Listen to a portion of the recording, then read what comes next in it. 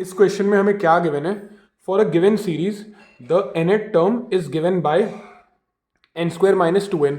मतलब कोई एक सीरीज है नंबर्स की, उसमें जो nth टर्म है वो कैसे बताया गया है, n स्क्वायर माइनस 2n। हमें क्या निकालना है, find the average of first 15 terms. जो पहले 15 टर्म्स होंगे हमें उसका एवरेज निकालना है।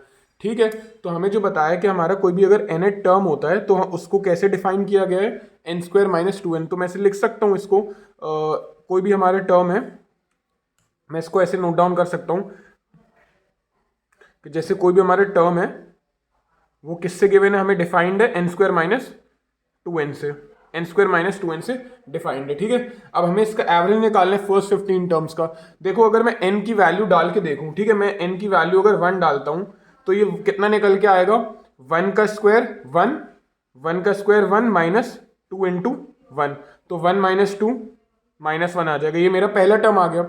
अगर मैं n की वैल्यू 2 डालता हूं तो कितना आएगा, 2 का स्क्वायर 4 माइनस 2 इंटू 2 4, 4 माइनस 4 ये बन जाएगा 0। अगर मैं n की वैल्यू चलो 3 डाल के देखता हूं तो 3 का स्क्वायर 9 और 2 3 जा 6, तो मतलब ये कितना बन जाएगा, 3 बन जाएगा। जब मैं n की वैल्यू 4 डालता हूं तो 4 का स्क्वायर 16 और 2 4 जा 8, तो ये कितना बन जाएगा, 8 बन जाएगा। आपको दिख रहा होगा कोई एपी का फॉर्मेशन यहाँ पे नहीं हो रहा है, ना ही अर्थमेटिक प्रोग्रेशन का ना ही ज्योमेट्रिक प्रोग्रेशन का फॉर्मेशन नहीं हो रहा है। यहाँ से अंतर सिर्फ +1 का है, यहाँ से +3 का है और यहाँ से +5 का है। ठीक है, कोई भी अर्थमेटिक प्रोग्रेशन नहीं चल रहा है, ना ही कोई इसमें ज्योमेट्रिक प्रोग्रेशन चल रहा है। तो देखो हम इसको कैसे सॉल्व कर सकते हैं। इसके लिए अभी भी हमारे पास बहुत अच्छा तरीका है सॉल्व करने का। देखो हम सॉल्व करके करते हैं। मैं थोड़ा सा इरेज कर लूँ फिर मैं आगे नोट डाउन करता हूँ। ये था कि आपको इससे डिफाइंड है आपका गिवन नंबर, आपका गिवन टर्म, हमें एवरेज निकालना है फर्स्ट 15 टर्म्स का। अच्छा, एवरेज ऑफ फर्स्ट 15 टर्म्स यही होगा, एवरेज ऑफ फर्स्ट 15 टर्म यही होगा, sum of the 15 terms, sum of the 15 terms divided by 15, ऐसे निकल जाएगा हमारा एवरेज। ठीक है, तो हमें सम ऑफ द 15 टर्म्स चाहिए।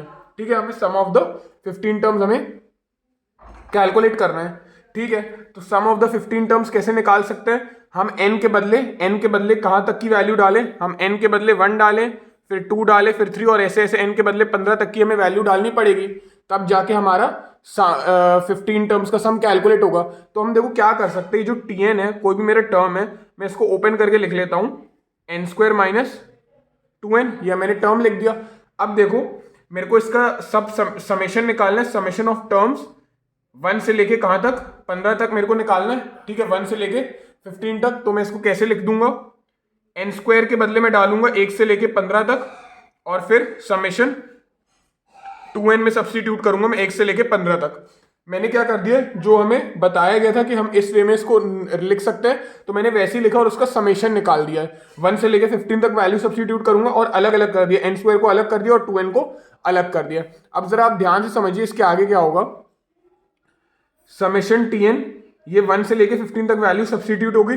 अब जरा ये n स्क्वायर का दिया है, n स्क्वायर का सम हमें कब तक निकालना है, मतलब 1 स्क्वायर 2 स्क्वायर ऐसे कर करके कब तक जाएगा, 15 तक। ठीक है, अब आपको पता होना चाहिए, ये हमने नंबर सिस्टम में पढ़ा होगा आपने, कि अगर आपको कोई भी टर्म जैसे दिए गए हैं जिनका स्क्वायर आपको कैलकुलेट करना है, उनका फॉर्मूला क्या होता है, n into n plus 1 into 2n plus 1 whole divided by 6, ये इसका फॉर्मूला होता है, n into n plus 1 into 2n plus 1 whole divide by 6। हमारा n इधर कितना है, 15 टर्म्स है टोटल, तो 15 into 15 plus 1 16 into 2 into 15 30, 30 plus 1 31 divided by 6, ये आ जाएगा। ठीक है, तो मतलब इसका सम हमारा कितना निकल के आया, 15 इंटू 16 इंटू 31 अपॉन 6, ये हमारे इसका n स्क्वायर का सम निकाल के आया। अब हम इसका भी 2n का कैलकुलेट कर सकते हैं। देखो हम इसको ऐसे लिख सकते हैं, 2 बाहर निकाल लिया और 2 बाहर आ जाएगा, और समेशन n की वैल्यू 1 से लेके 15 तक।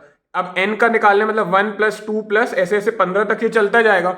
इसके बदले में क्या लिख सकता हूं, n into n plus 1 whole divided by 2, तो मतलब 15 इंटू 16 अपॉन 2, और बाहर 2 इंटू हो रहा था वो मैं इसको इंटू कर दूंगा, तो ये 2 और 2 कट जाएगा।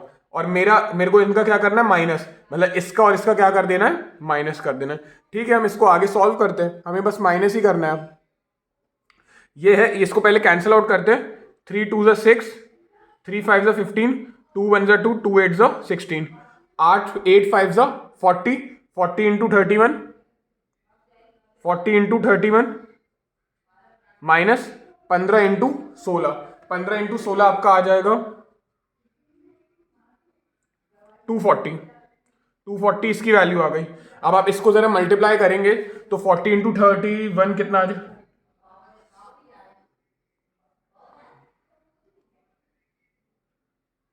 1240 माइनस 240, 1240 माइनस 240, तो इसकी वैल्यू आ गई 1000।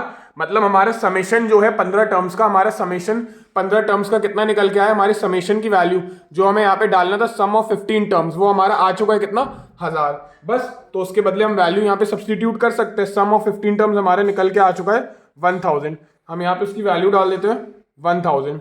अब इसको आप कैंसिल आउट कर दीजिए, 5 3 ज़ा 15, 5 2 ज़ा 10, और ये कैंसिल होगा नहीं, तो हमारा सम कितना निकल के आ चुका है, हमारा सम निकल के आ चुका है 200 डिवाइडेड बाय 3। ये था फर्स्ट 15 टर्म्स का एवरेज। अच्छा क्वेश्चन था प्रैक्टिस के लिए, कुछ अगर नहीं समझ में आया तो कमेंट कीजिएगा और वरना वीडियो फिर से देखिएगा। Thank you.